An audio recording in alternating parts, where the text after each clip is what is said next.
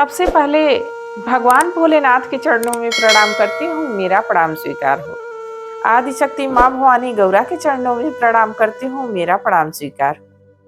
सभी देवी देवताओं के चरणों में प्रणाम करती हूँ, मेरा प्रणाम स्वीकार हो। आप सभी गुरु भाई गुरु बहनों के चरणों में प्रणाम करती हूँ, मेरा प्रणाम स्वीकार हो। गुरु भाई गुरु बहनों, उम्मीद है कि आप लोग बहुत ही अच्छे होंगे और मैं तो महादेव से यही प्रार्थना करती रहती हूँ कि हे प्रभु, हे महादेव, हे शिव गुरु, सभी गुरु भाई सभी गुरु बहनों पे अपनी दया दृष्टि सदा बनाए रखें। तो आप लोग भी सबके लिए दया मांगा करिए कि हे प्रभु, हमारे सभी गुरु भाई सभी गुरु बहनों के लिए आप समान रूप से अपनी दया दृष्टि बनाए रखें।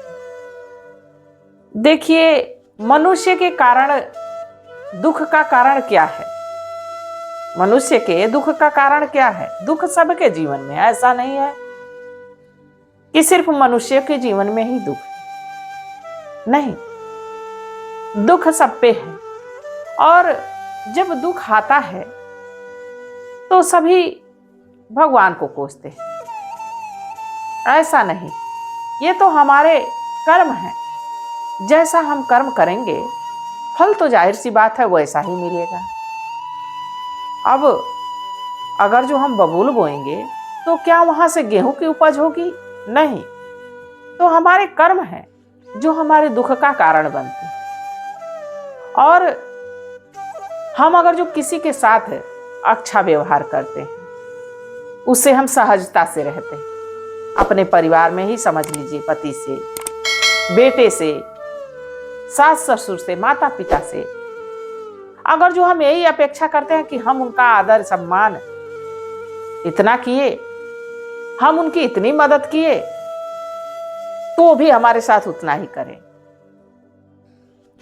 नहीं, ऐसी उम्मीद नहीं पालनी चाहिए।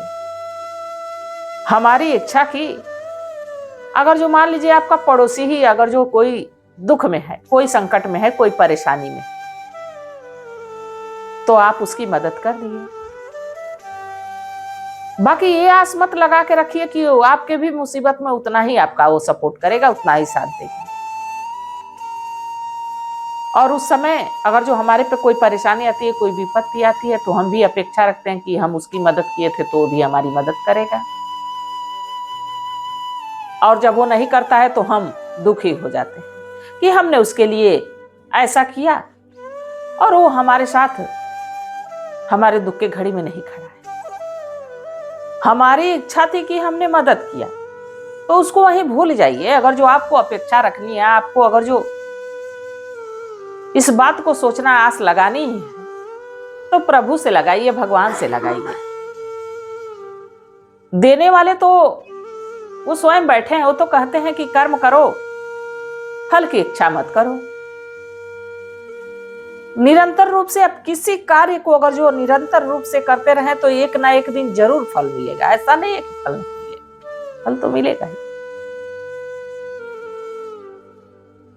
और हर परिस्थिति में खुश रहने की कोशिश करिए।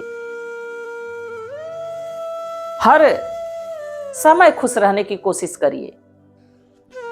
सुख में तो सभी खुश रहते हैं, पर दुख में कोई कोई व्यक्ति रहते हैं कि खुश दिखते हैं। देखिए, सुख और दुख दोनों हमारे जीवन का बड़ा ही महत्वपूर्ण हिस्सा है। और खास करके दुख में, परेशानी में भले समय विपरीत चलता रहता है, पर सही मार्ग पे चलने के लिए वही सिखाता भी। सही इंसान की पहचान दुख ही कराता है। सही फैसला लेना दुख ही सिखाता है। तो सुख और दुख से घबराना नहीं चाहिए। गुरु भाई गुरु बहनों, अगर जो आप लोगों को हमारी कथा अच्छी लगती है तो जरूर लाइक शेयर किया करिए। देखिए, आप लोगों के ही सपोर्ट से और आप लोगों के ही साथ से, मदद से महादेव की कथा और शिव शिष्यों तक पहुंचती है। तो आप लोग अपनी सपोर्ट को, अपने साथ को हमारे साथ बनाए रखिए।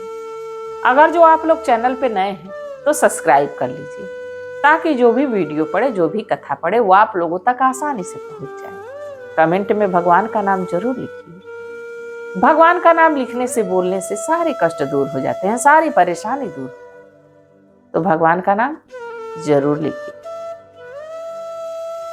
देखिए, बात जब चल रही है विश्वास की और भरोसे की, तो भगवान पे अगर जो भरोसा है, भगवान पे अगर जो विश्वास है, तो चाहे आपका कोई साथ दे या ना दे, महादेव जरूर देंगे। जब सबका साथ छूट जाता है, तब भी भगवान का साथ रहता है।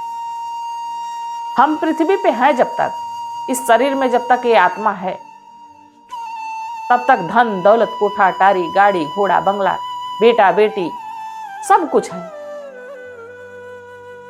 अभी इसमें से जहां ये आत्मा निकल गई, तो इस शरीर को भी कोई पूछने वाला नहीं है। इसको भी शमशान घाट पे ले जाएंगे और जला देंगे। इसकी आवश्यकता फिर किसी को नहीं। और हमारे साथ रह क्या जाएगा? जितने हम मेहनत करके, कौड़ी कौड़ी जोड़ के, पाई पाई जोड़ के महल अटारी बनाए, कोठा बंगला बनाए, गाड़ी घोड़ा बनाए, सारी सुख सुविधा बनाए, और सब छूट गया। साथ गया क्या? शिव का नाम। तो शिव को अपना गुरु बनाइए। देखिए, एक आश्रम में एक महात्मा जी रहते थे। महात्मा जी का एक चेला था। एक दिन महात्मा जी बैठे हुए थे। महात्मा जी बड़े सिद्ध पुरुष थे। वो बच्चों को शिक्षा दीक्षा दिया करते थे। तो महात्मा जी बैठे हुए थे, अपने पूजा पाठ से खाली होके बैठे हुए थे एक पीपल के पेड़ के पास। तभी उनका चेला उनके पास आया। गुरुजी, आज आश्रम में एक लोग गाय दान करके गए। गुरुजी मुस्कुराए, कहे चलो अच्छा हुआ, अब दूध तो मिलेगा। बड़ा प्रसन्न हुए। अब एक दिन बीता, 2 दिन बीता, 3 दिन बीता। एक दिन फिर वही चेला महात्मा जी के पास आया और कहा कि महात्मा जी, जो व्यक्ति गाय दान दिया था ना, वो अपनी गाय लेके चला गया। महात्मा जी कहे कि चलो ठीक हुआ। मुस्कुराते हुए कहे चलो ठीक हुआ, कम से कम गाय का गोबर तो नहीं उठाना पड़ेगा। वो चेला कहा कि महात्मा जी, आप मुस्कुरा रहे हैं, हमको तो गुस्सा आ रही। महात्मा जी कहे कि क्यों गुस्सा आ रही? तो चेला पूछा कि अच्छा महात्मा जी, ये बताइए कि आप मुस्कुराए क्यों? तो कहे कि कल खुश इसलिए, परसों खुश इसलिए थे कि गाय आई थी तो दूध मिलेगा। दूध मिलता तो बाकी तो कार्य भी तो बढ़ गए थे। गाय के लिए चारा काटना है, गाय का ध्यान रखना है, गाय का नहलाना धुलाना, गाय का गोबर उठाना, ये सब कार्य भी तो बढ़ गए थे। और तुम आज कहे हो कि गाय चली गई तो मुस्कुराया, इसीलिए हो कि चलो सारे कार्यों से मुक्ति मिल गई, इतने कार्य नहीं करने पड़ेंगे। महात्मा जी बताए कि देखो, हर परिस्थिति में खुश रहना चाहिए। अब गाय आई तो खुश हो गए, गाय चली गई तो दुखी हो जाए, ऐसा नहीं। देखिए, सबका कार्य बटा हुआ होता है। इसी तरह एक भक्त था, महादेव का परम भक्त था। एक दिन अपने गुरुजी से पूछा कि गुरुजी, ये बताइए, भगवान के सामने सभी राजा हो या रंक, सिर क्यों झुकाते हैं? महात्मा जी समझाए कि देखो, चाहे राजा हो या रंक, समस्याएं तो सबकी है। एक भिक्षुक है, उसको अपनी खाने की चिंता है कि आज भिक्षा नहीं मांगूंगा तो शाम का भोजन कहां से मिलेगा, हमारे बाल बच्चे कैसे खाएंगे। और एक राजा है, उसको भी चिंता है कि हमारी प्रजा में कोई कष्ट में तो नहीं है, हमारे राज्य पे किसी का आक्रमण तो नहीं हो रहा है, हमारे धन कोष में धन है कि नहीं है, हमारे फैसले पे सभी प्रसन्न है कि नहीं है। राजा भी तमाम तरह की चिंताओं को लेकर चलता रहता है। ऐसा नहीं है कि राजा है तो उसको चिंता नहीं है, और फकीर है तो उसको चिंता है। और भगवान के सामने सभी सिर इसलिए झुकाते हैं कि जो मस्तिष्क है, इसमें तमाम तरह की समस्या चलती रहती है, तमाम तरह का बोझ सिर पे रहता है और भगवान के सामने सिर झुका दो तो सारी समस्याएं उनके चरणों में चली जाती है।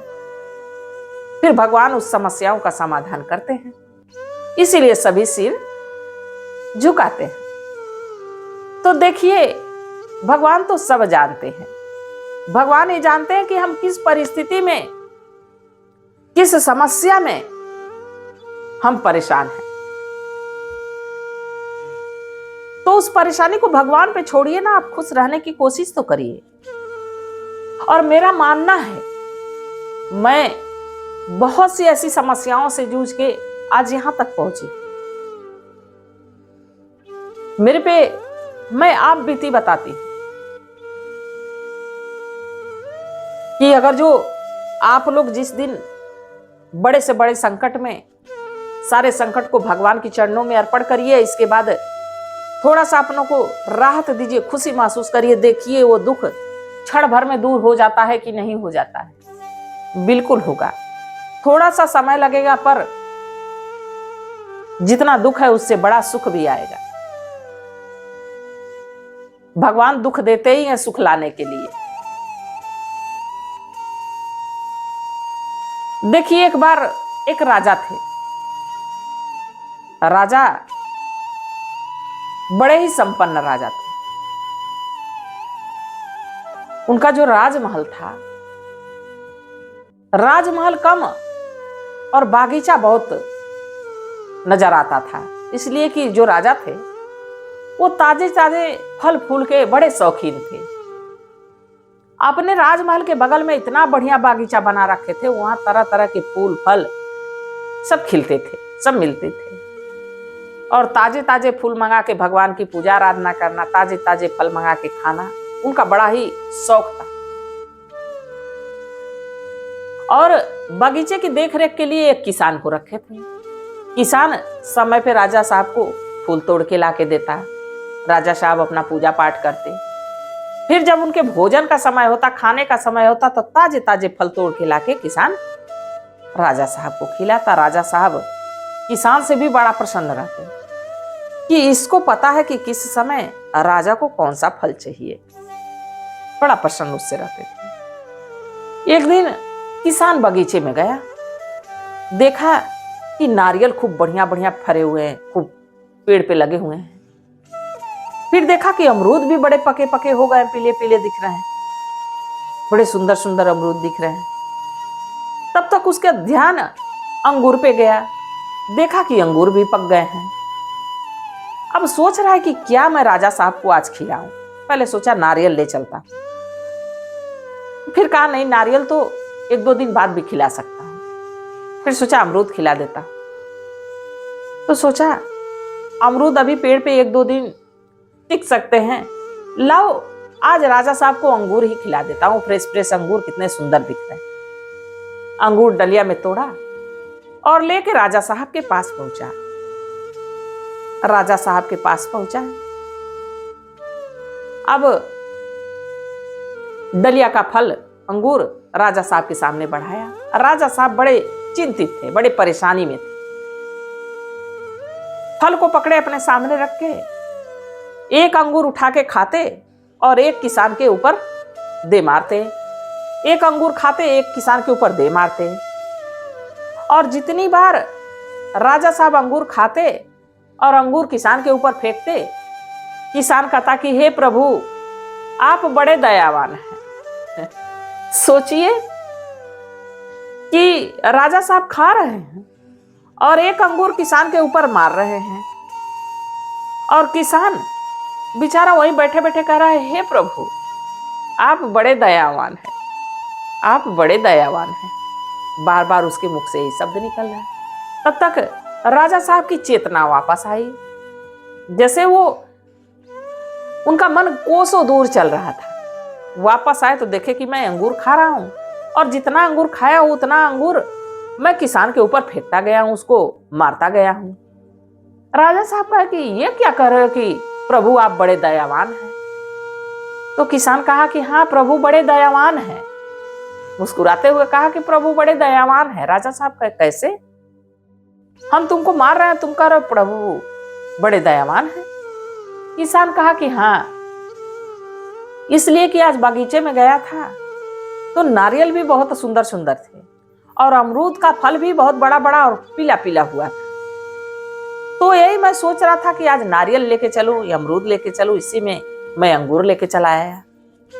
अगर जो आज मैं नारियल या अमरूद लेके आता तब तो आप खाते, और नारियल से मारते तो चोट कितनी हमको लगती, अमरूद से मारते तो चोट कितनी लगती। इसलिए मैं भगवान से, प्रभु से यही मना रहा हूं कि हे प्रभु आप बड़े दयावान हैं, हमको बचा लिए, नहीं तो आज तो राजा साहब हमको कचूमर ही बना देते मार मार के। राजा साहब मुस्कुराए, कहे कि बात तो सही कहा आपने। तो देखिए, प्रभु को सब पता है कि हमारे किस बंदे को किस समय पे किस चीज की आवश्यकता है और किस चीज की नहीं है। हम कहते हैं ना कि भगवान हमारा ये काम पूरा नहीं किए, नहीं, वो पूरा होने का समय ही नहीं था। हो सकता है उससे अच्छा पूरा करने के लिए भगवान व्यवस्था कर रहे हो, जितना आप सोचें उससे ज्यादा देने की सोच रहे हो भगवान। अभी वो कार्य पूरा होने का समय नहीं हुआ है, भगवान को क्यों कोसना? अरे जब समय आएगा स्वयं भगवान करेंगे, आपको कहने की बताने की जरूरत नहीं पड़ेगी कि हे प्रभु हमारा ये काम नहीं हुआ। प्रभु भी उसी समय के इंतजार में है। देखिए, समय कभी किसी के लिए रुकता नहीं है और समय किसी के लिए तेज नहीं दौड़ जाता है, वो अपनी चाल से चलता रहता है। बस मनुष्य उतावले हो जाते हैं कि हमको मिला नहीं, हमको मिला नहीं। देखिए, मनुष्य की इच्छाएं कभी खत्म नहीं हो सकती, रोज नई इच्छा। अभी हमारे पास इतना बड़ा घर है, हम सोचेंगे हमारा घर और बड़ा हो जाए। हमारे पास गाड़ी नहीं, हम सोचेंगे हमारे पास गाड़ी हो जाए। छोटी गाड़ी हो जाएगी तो हम सोचेंगे हमारे पास बड़ी गाड़ी हो जाए। इच्छाएं मनुष्य की कभी खत्म हो ही नहीं सकती, रोज नई इच्छा जागृत होती रहती है, हर पल हर समय। बाकी भगवान को पता है कि किसको क्या चाहिए। हमारे मांगने से अगर जो प्रभु देते रहे ना, तो सच मानिए कोई इस पृथ्वी पे टिक नहीं सकता है, एक भी मिनट टिक नहीं सकता, क्योंकि अपने नुकसान का कारण स्वयं खुद ही बनना पड़ जाएगा। जिस चीज की आवश्यकता नहीं रहेगी वो चीज समय से पहले हम मांग लेंगे, फिर नुकसान ही नुकसान। तो प्रभु पे विश्वास और प्रभु पे भरोसा ये जरूरी है, और समय आने पे प्रभु सारी इच्छाओं की पूर्ति करते हैं। तो गुरु भाई गुरु बहनों, आप लोगों को कथा कैसी लगी जरूर बताइएगा। मैं भी महादेव से यही प्रार्थना करती हूँ कि हे भोलेनाथ, हे शिव गुरु, सभी गुरु भाई सभी गुरु बहनों पे अपनी दया दृष्टि बनाए रखें, इसी कामना के साथ।